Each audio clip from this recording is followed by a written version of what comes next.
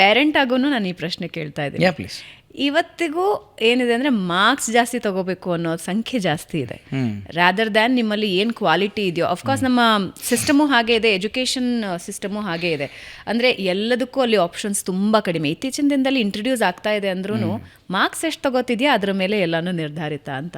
But ಈ X factor ಹುಡುಕೋರ ಸಂಖ್ಯೆ ಬಹಳ ಕಮ್ಮಿ ತಂದೆ ತಾಯಿಯಲ್ಲೇ. ಹೌದು ಹೌದು, ಕಮ್ಮಿ ಇದೆ. ಏನಾಗುತ್ತೆ, ಇದಕ್ಕೊಂದು ಮೂಲ ರೂಟ್ ಕಾಸ್ಗೆ ಹೋಗೋಣ ನಾವು, ಯಾಕೆ ಹೀಗಾಗುತ್ತೆ ಅಂದ್ಬಿಟ್ಟು ಅಂತ.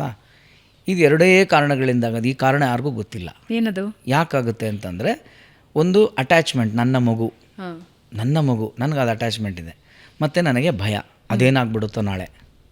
ಸೊ ಇದೆರಡಕ್ಕೂ ನನಗೊಂದು ಕುಷನಿಂಗ್ ಬೇಕು. ಇವಾಗ ಕುಷನಿಂಗ್ ಕೊಡೋದು ಯಾವುದು? ವಿದ್ಯಾಭ್ಯಾಸ. ಒಂದು ಗ್ಯಾರಂಟಿ ಅನ್ನೋ ಅದೊಂದು ಫೀಲ್ ಅದು. ಈಗ ನೀವು ಲೆಕ್ಕ ತೊಗೊಂಡ್ರೆ ಎಷ್ಟು ಜನ ಡಿಗ್ರಿ ಪಾಸ್ ಔಟ್ ಆಗ್ತಾರೆ. ಡಿಗ್ರಿ ತೊಗೊಂಡಿರೋದೇ ಏನೋ, ಮಾಡದೇ ಏನೋ, ಮಾಡ್ತಾ ಇರೋದೇನೋ, ಆಗೋದೇ ಏನೋ. ಈಗ ನನ್ನ ಮಗನಿಗೂ ಫ್ರೆಂಡ್ ಸರ್ಕಲ್ಗಳು ಬಂದ ನಾನು ಹೇಳ್ತೀನಿ, ಅಪ್ಪ ನನ್ನೇ ನೋಡಿ ಕಲ್ತ್ಕೋ. ಈಗ ನಾನು ಓದೋವಾಗ ನಂಗೆ ಸ್ಕೂಲ್ ಫ್ರೆಂಡ್ಸ್ ಇದ್ದರು, ಕಾಲೇಜ್ ಬಂದಾಗ ಕಾಲೇಜ್ ಫ್ರೆಂಡ್ಸ್ ಇದ್ದರು, ಮನೆ ಹತ್ರ ನೇಬರ್ಸ್ ಇದ್ದರು. ಬಟ್ ಈಗ ಅಪ್ಪನ ಜೊತೆ ಯಾರು ಫ್ರೆಂಡ್ಸ್ ಇದ್ದಾರೆ? ಎಲ್ಲಿ ಕೆಲಸ ಮಾಡ್ತೀನೋ ಅಪ್ಪ ಅಲ್ಲಿ ಯಾರು ಕ್ಲೋಸು ಅವರೇ ಫ್ರೆಂಡ್ಸು. ಕೊನೆಗೆ ಇವರೆಲ್ಲ ಹಾಯ್ ಬಾಯ್ ಆಗ್ಬಿಡ್ತಾರೆ, ಎಷ್ಟೋ ಕ್ಲೋಸ್ ಇದ್ದವರು. It is like that. So ಮೂಲಕ್ಕೆ ಬಂದರೆ ಎಲ್ಲ ಪೇರೆಂಟಿನ ಇನ್ಸೆಕ್ಯೂರಿಟಿ ಅವ್ರಿಗೆ ಮಾರ್ಕ್ಸ್ ಅಥವಾ ರ್ಯಾಟ್ ರೇಸ್ಗೆ ನೂಕುತ್ತೆ. ಇಷ್ಟೆಲ್ಲ ಮಾಡೋದೇನಕ್ಕೆ? ಹೊಟ್ಟೆಗಾಗಿ, ಗೇಣು ಬಟ್ಟೆಗಾಗಿ, ರೈಟ್?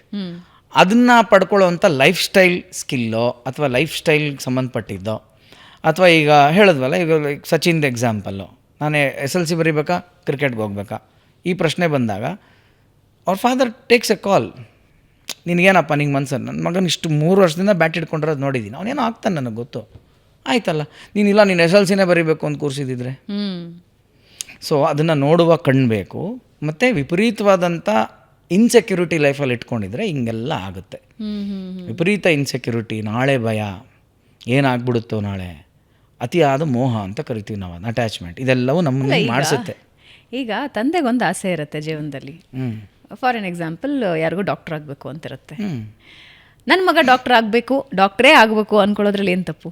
ಡಾಕ್ಟ್ರ್ ಆಗಬೇಕು ಅನ್ನೋ ಸೆಂಟೆನ್ಸ್ ತಪ್ಪಿಲ್ಲ, ಡಾಕ್ಟ್ರೇ ಆಗಬೇಕು ಅನ್ನೋದ್ರಲ್ಲಿ ತಪ್ಪಿದೆ. ಲಾಟ್ ಆಫ್ ಡಿಫ್ರೆನ್ಸ್ ಸೆಂಟೆನ್ಸಲ್ಲಿ. ಸೊ ಏನಾಗುತ್ತೆ, ಅದು ಒತ್ತದಂಗೆ ಆಗುತ್ತಲ್ವಾ. ನಿನಗೇನಾಗಬೇಕು ಹೇಳೋರು ಯಾರು? ನನಗಾಗಬೇಕು ನೀನು ಡಾಕ್ಟ್ರು, ನಿನಗಾಗಬೇಕು ಅಂತಿದೆಯಲ್ಲ ನನಗೆ ಗೊತ್ತಿಲ್ವಲ್ಲ. ಸೊ ಏನಾಗುತ್ತೆ, ಅಲ್ಲಿ ಬರುತ್ತೆ ಇದೆಲ್ಲ ಸಮಸ್ಯೆ. ಅದನ್ನೇ ಹೇಳೋದು ಮೇಡಮ್, ಏನು ಮಾಡೋಕ್ಕಾಗಲ್ಲ. ಇದು ಬರಬೇಕು, ಆ ಮೆಚುರಿಟಿ ಅನ್ನೋದು ಬರಬೇಕು. ಅದು ಬೆಳೀತಾನೋ ಅದು ಗೊತ್ತಿಲ್ಲ, ಜನ್ರೇಷನ್ ವೈಸ್ ಬರಬೇಕು, ನೋಡಿ ಕಲಿಬೇಕು, ತಿಳ್ಕೊಂಡು ಬೆಳೀತಾರೋ ಗೊತ್ತಿಲ್ಲ. ಒಟ್ಟು ನನಗೆ ಮೂಲ ನಾವು ಯಾವುದೇ ಬಂದಾಗಲೂ ನನಗೆ ಮೂಲ ಇದು ಬಂದುಬಿಡ್ತು. ಪಿಕ್ಚರ್ಗೆ ಕಾಣದೇ ಇರೋ ವಿಲನ್ ಯಾವುದು ಅಂದರೆ ಇದು ಅಟ್ಯಾಚ್ಮೆಂಟ್, ಮೋಹ, ಇನ್ಸೆಕ್ಯೂರಿಟಿ, ಮತ್ತು ನಾನೇನೋ ಮಾಡಬೇಕು ಅನ್ನೋ ಒಂದು ಭಯದಲ್ಲಿ ಇವೆಲ್ಲವನ್ನು ಮಾಡೋಕ್ಕೆ ಹೋದಾಗ ಏನಾಗುತ್ತೆ, ಅಲ್ಲಿಂದ ಎಡವಟ್ಟುಗಳು ಸ್ಟಾರ್ಟ್ ಆಗುತ್ತೆ. ಸ್ವಲ್ಪ ಹಗುರ ಆದಾಗ, ಇಷ್ಟೆಲ್ಲ ಕೊಟ್ಟಿದ್ದಾನೆ ದೇವ್ರು, ಇಷ್ಟೆಲ್ಲ ಮಾಡಿರೋನು ಒಂದೊತ್ತು ಊಟ ಕೊಡಲ್ವೇನಯ್ಯ ನನ್ನ ಮಗನಿಗೆ ಅಥವಾ ನನ್ನ ಮಗಳಿಗೆ ಅಂತ ಒಂದು ದೃಢ ನಿರ್ಧಾರ, ಒಂದು ಸಂಕಲ್ಪ ಒಳಗೆ ಬಂತು ಅಂದರೆ ಆಗ ನೋಡೋ ದೃಷ್ಟಿಕೋನವೇ ಚೇಂಜ್ ಆಗೋಗುತ್ತೆ, ಲೈಫ್ ಅಪ್ರೋಚೇ ಬೇರೆ ಆಗಿಬಿಡುತ್ತೆ. ಸೊ ಈಗ ಅದಕ್ಕೆ ಇವಾಗ ನೀವು ನನ್ನ ಪ್ರಶ್ನೆ ಮಾಡ್ಬೋದು, ಮತ್ತು ಹಂಗಾರೆ ನಿಮ್ಮ ಮಗನ ನೀವು ನಿಮ್ಗೆ ನೋಡ್ತಾ ಇದ್ದೀರಾ, ಒಂದು ಫಾರ್ಮಲ್ ರೆಗ್ಯುಲರ್ ಸ್ಕೂಲ್ಗೆ ಏನಕ್ಕೆ ಕಳಿಸಿದ್ದೀರಾ? ಲೈಕ್ ನೀವು ಹೇಳ್ದಂಗೆ ಸಿಸ್ಟಮ್ ಹಾಗೇ ಇದೆ ಅಂತ ಕಳಿಸ್ತಾ ಇದ್ದೀನಿ. ಬಟ್ ನಾನು ಅವ್ನಿಗೆ ಎಷ್ಟು ಪ್ರೆಷರ್ ಆಗ್ತಾಯಿದ್ದೀನಿ ಅದು ಅವನ್ನೇ ನೀವು ಕೇಳಬೇಕು. ಓಕೆ, ಈಗ ಅದರಲ್ಲಿ 2 ಥರ ಬರುತ್ತೆ. ಒಂದು, ಓಕೆ ಈ ಕಾನ್ಸೆಪ್ಟ್ ಅರ್ಥ ಆಗದೆ ಆದರೆ ಅವನೇನೋ ಆಗ್ತಾನೆ ಬಿಡು ಅಂದರೆ ಹೆಂಗಂಗೂ ಆಗ್ಬಿಡ್ತಾರೆ. So it is a very fine balance madam. ಅದು ತುಂಬ ಥಿನ್ ಬ್ಯಾಲೆನ್ಸ್. ಅದು ಫ್ರೆಂಡ್ಲಿಯಾಗೂ ಇರಬೇಕು, ಅವ್ರು ಹಾಳಾಗ್ದಿರಂಗೆ ನೋಡ್ಕೋಬೇಕು. ಅದೊಂದು ಬ್ಯಾಲೆನ್ಸಲ್ಲಿ ಅವ್ರ ಮನಸ್ಸಲ್ಲಿ ಏನಿದೆ ಅದು ಅರ್ಥ ಮಾಡ್ಕೊಂಡು ಹೋಗ್ಬೇಕು. So communication with your kids is very important. ನಿರಂತರ ಫ್ರೆಂಡ್ ಆಗಬೇಕು. ಅವರ ಚಿಕ್ಕ ಅದನ್ನೇ ತಪ್ಪು ಅಂತ ಹೈಲೈಟ್ ಮಾಡಿ ದೊಡ್ಡದು ಮಾಡೋದು, ತಪ್ಪು ಮಾಡೋಕ್ಕೆ ಬಿಡಬೇಕು. ಆ ತಪ್ಪನ್ನು ನೀವು ಎಂಜಾಯ್ ಮಾಡಬೇಕು. ಆವಾಗಲೇ ಅವ್ನಿಗೇನಾಗುತ್ತೆ, ಈ ಸೆಕ್ಯೂರಿಟಿ ಫೀಲ್ ಆಗುತ್ತೆ. ಓಕೆ, ನಾನು ಹೇಳ್ಬೋದು ನಮ್ಮ ಅಪ್ಪನೇ ಕೊಡಿಸ್ತಾನೆ ಇದನ್ನು ನನಗೆ ಅಂತ. ನಾನು ಅದಕ್ಕೆ ಅಡ್ಡ ಹಾಕಿದ್ರೆ ಅವನು ಅದನ್ನು ಕಂಡಿಡ್ಕೊಳ್ಳೋ ಬೇರೆ ಮಾರ್ಗಕ್ಕೆ ಹೋಗ್ತಾನೆ ಅವನು. ಓಕೆ, ಅಲ್ಲಿ ಬರುತ್ತೆ ಏನು, ಅಲ್ಲಿಂದ ಸಹವಾಸ ಆಗುತ್ತೆ, ದೋಷ ಆಗುತ್ತೆ. So it's a very beautiful thing to handle and do certain things. ಅದರಲ್ಲಿ ಎಡವಬಾರ್ದು ಅಷ್ಟೇ. ಅದು ಎಡವಬಾರ್ದು, ಬಟ್ ಅದು ನಿರಂತರ ಅದಕ್ಕೊಂದು ಟೈಮ್ ಕೊಡಬೇಕು, ನೀವು ಪ್ರಾಕ್ಟೀಸ್ ಮಾಡಬೇಕು. ಅದು ಅಪ್ಪ ಏನಂತಿದ್ರು ನಿಮಗೆ ಓದೋನ್ ಬಗ್ಗೆನೋ ಅಥವಾ ಇವಾಗ ನಮ್ಮಪ್ಪ ನಾನು ಹೇಳಲ್ಲ, ಯಾವತ್ತು ಅವರು ಸ್ಕೂಲು ಓದು ಪುಸ್ತಕ ಒಂದು ದಿನ ಹೇಳ್ದವ್ರಲ್ಲ. ಹೌದಾ? ಆದ್ರೆ ಆಪೋಸಿಟ್ ನಮ್ಮಮ್ಮ ಯಾವಾಗಲೂ ಅವ್ರ ಪುಸ್ತಕ ಓದೋಲ್ಲೇ ಇದ್ದಿದ್ದವರು. ಎರಡೂ ಬೇಕಾಗಿತ್ತು ನನಗೆ ನೋಡಿ. ಅದಕ್ಕೆ ನಾನು ಇವತ್ತೊಂದು BCom ಗ್ರ್ಯಾಜುಯೇಟ್ ಆಗಿದ್ದೀನಿ. ಬಟ್ ನಾನು PUC ಫೇಲು, ಸೈನ್ಸ್ ತೊಗೊಂಡವನು, ಫೇಲಾಗಿ ಕಾಮರ್ಸಿಗೆ ಬಂದೆ. ಯಾಕೆ? ಅವಾಗ ತಿರ್ಗಾ ಅಮ್ಮ ಹೇಳಿದ್ದು ಸರಿ ಅನ್ನಿಸ್ತು. ಓಕೆನಾ? ಅಪ್ಪನ ಥಾಟೇ ಬೇರೆ ಥರ ಇತ್ತು.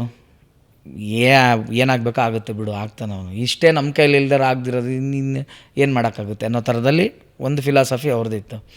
ನೀನು ಬೇಸಿಕ್ ಮಿನಿಮಮ್ ಇಷ್ಟು ಓದಲೇಬೇಕಪ್ಪ, ನೀನು ಓದಲಿ ಅಂದ್ರೆ ಯಾರು ಹೆಣ್ಣು ಕೊಡಲ್ಲ ಅನ್ನೋದೊಂದು ಥಿಯರಿ ಅಮ್ಮಂದಿತ್ತು.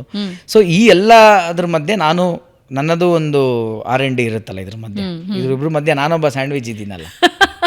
ಯಾವ ಸ್ಯಾಂಡ್ವಿಚ್ ಅಂತ ಡಿಸೈಡ್ ಆಗೋದು ಯಾವುದ್ರಿಂದ ಹೇಳಿ, ಮಧ್ಯ ಇರೋ ಸ್ಟಫಿಂದ ಮೇಲೆ ಕೆಳಗೆ ಇರೋ ಬನ್ ಒಂದೇನೆ, ವೆಜ್ ಸ್ಯಾಂಡ್ವಿಚಾ ಚಿಕನ್ ಸ್ಯಾಂಡ್ವಿಚಾ ಇಲ್ಲ ರೋಲಾ ಡಿಸೈಡ್ ಆಗೋದು ಒಳಗಡೆಯಿಂದ. ಸೊ ಅದು ನಂದದು ಸ್ಟಫು.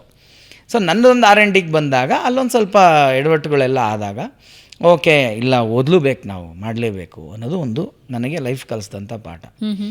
ಸೊ ಅದನ್ನು ಕಲಿತೆ, ಅದನ್ನು ಮಾಡಿದೆ. Here I am today. ಇವತ್ತು ತಿರ್ಗಾ ನಾನೇನು ಮಾಡ್ತಾ ಇದ್ನೋ ಅದೇ ಕ್ಷೇತ್ರದಲ್ಲೇ ಇದ್ದೀನಿ. ಒಂದು ಟೈಮಲ್ಲಿ ನಾನು ಈ ಕ್ಷೇತ್ರದಲ್ಲಿ ಇರೋದೇ ಇಲ್ಲ, ಮತ್ತೆ ಮುಗೀತಷ್ಟೇ. ಚೈಲ್ಡ್ ಆರ್ಟಿಸ್ಟ್ ಆದ್ಮೇಲೆ ನಮ್ನ ಯಾರು ಕರೀತಾರಪ್ಪ, ನಮ್ಗೇನು ಬ್ಯಾಕ್ಗ್ರೌಂಡ್ ಇದೆ. ನೀವು ಇತಿಹಾಸ ನೋಡಿದ್ರೆ ಬಹಳಷ್ಟು ಚೈಲ್ಡ್ ಆರ್ಟಿಸ್ಟ್ಗಳು ಹಾಗೆ ವ್ಯಾನಿಶ್ ಆಗೋಗಿದ್ದಾರೆ ತುಂಬ ಜನ. ಹೌದೌದೌದು. ಸೊ ನನ್ಗೆ ಮತ್ತೆ ಚಾನ್ಸಸ್ ಸಿಗಲ್ಲ ಅಂದ್ಕೊಂಡಿರೋವಂಥ ಟೈಮಲ್ಲಿ ಮತ್ತೆ ಬರುತ್ತೆ, ಅದು ಹಂಗೆ ಸ್ಟಾರ್ಟ್ ಆಗುತ್ತೆ. ಅಲ್ಲಿಂದ TV ರಿಯಾಲಿಟಿ ಶೋಸು ಏನೇನೋ ಇವತ್ತವರೆಗೂ ನಾನು ಇದ್ದೀನಿ ಅನ್ನೋದು ನನಗೆ ಆಶ್ಚರ್ಯ ಒಂದೊಂದು ಸತಿ. ನಾನು I mean in this field how this ನನಗೆ ಬರುತ್ತೆ ಆಫರು, ನಾನು ಹೆಂಗೆ ಮಾಡ್ತಾಯಿದ್ದೀನಿ, ಹೆಂಗೆ ಹ್ಯಾಂಡಲ್ ಮಾಡ್ತಾಯಿದ್ದೀನಿ ನನಗೆ ಗೊತ್ತಾಗದೇ ಇರೋಂಥ ಒಂದು ವಿಚಾರ. ಆನಂದ್, ಈ ಚೈಲ್ಡ್ ಆರ್ಟಿಸ್ಟ್ಗಳು ಅಥವಾ ಸಿನಿಮಾಗೆ ಹೋಗಿ ಬಂದವರು, ಸೀರಿಯಲಲ್ಲಿ ಇರೋರ ಬಗ್ಗೆ ಒಂದು ಮಾತಿದೆ.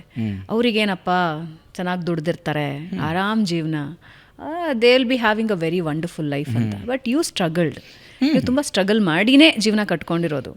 ನಾನು ನಿಮ್ಮ ವೈಫಿನ ಮನೆ ಕಟ್ಟಿದ ಕಥೆ ಕೇಳ್ತಾ ಇದ್ದೆ.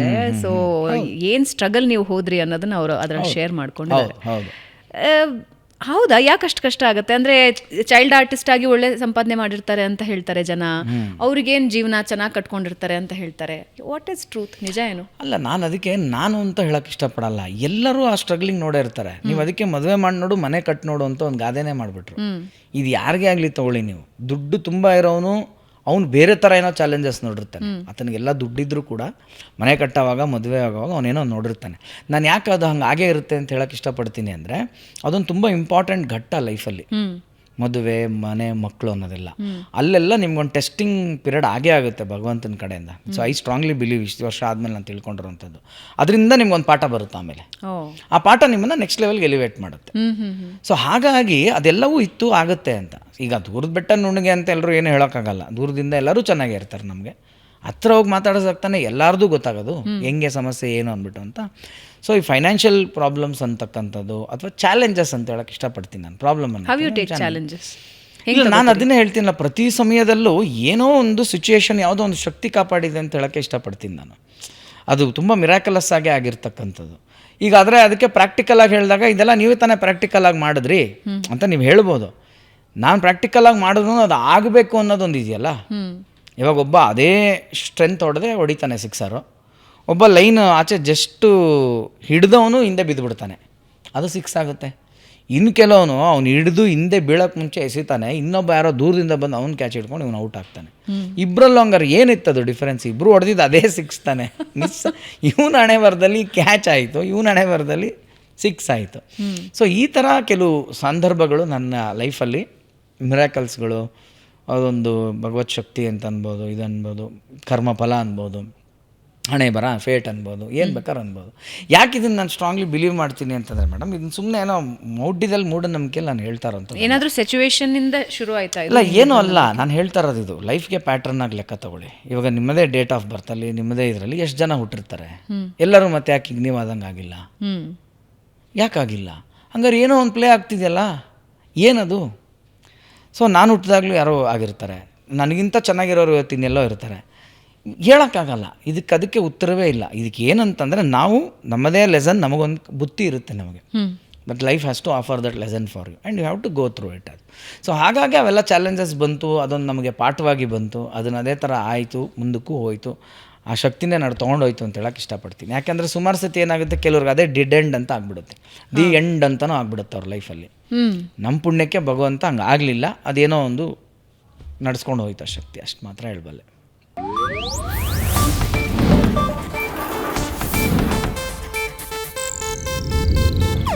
ಇದು ಏಷ್ಯಾನೆಟ್ ನ್ಯೂಸ್ ನೆಟ್ವರ್ಕ್ ಪ್ರಸ್ತುತಿ.